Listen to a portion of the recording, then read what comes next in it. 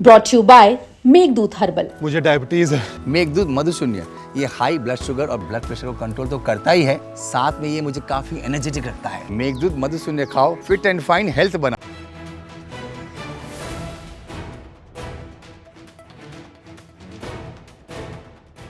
सोचिए, दिल्ली में 10,000 लोग जिनकी मौत हो चुकी है, लेकिन उनके नाम पर अब भी मुफ्त राशन उठाया जा रहा है। और करीब 1 लाख ऐसे लोग भी हैं जिनके पास कारें हैं, जमीन है, आयकर भरते हैं, लेकिन फिर भी गरीबों के लिए बनी योजना का अनाज खा रहे हैं। सवाल ये है कि ये गड़बड़ी है या फिर घोटाला, बताएंगे इस रिपोर्ट में। नमस्कार, दिल्ली तक देख रहे हैं आप, मैं हूं आपके साथ वैशाली माहेश्वरी। दिल्ली की सड़कों पर हर महीने लाखों टन अनाज पड़ता है, लेकिन अब एक सत्यापन अभियान ने कई चौंकाने वाली हरकतें उजागर कर दी हैं। आंकड़े बताते हैं कि 10,000 मृत लोग अब भी सरकारी रिकॉर्ड में जीवित माने जा रहे हैं और राशन ले रहे हैं। करीब 96,000 लाभार्थियों के पास निजी गाड़ियां हैं और लगभग 2,80,000 लोग जमीन के मालिक हैं और आयकर दाता भी हैं।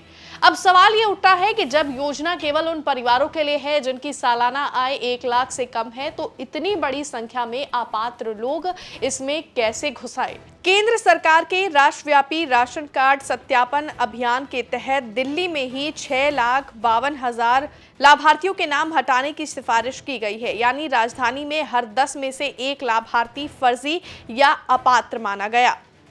दिल्ली के कुल 17,46,000 राशन कार्ड धारकों में से 89,000 से ज्यादा ऐसे हैं जिनके पास एक से अधिक राज्यों में राशन कार्ड मिले हैं।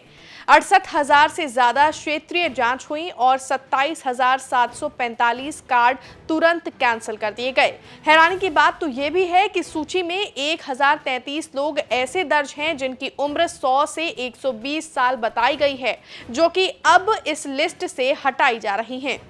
खाद्य आपूर्ति विभाग का कहना है कि अगर किसी के पास उच्च श्रेणी की जमीन है, कार है या सरकारी नौकरी कर रहे हैं, तो पूरा परिवार योजना से बाहर किया जा सकता है। यही नहीं, दिल्ली में करीब 1,84,000 मूक लाभार्थी भी मिले। ये वो लोग हैं जिन्हें 6 महीने से ज्यादा समय से राशन लिया ही नहीं और ई-केवाईसी भी पूरा नहीं किया गया।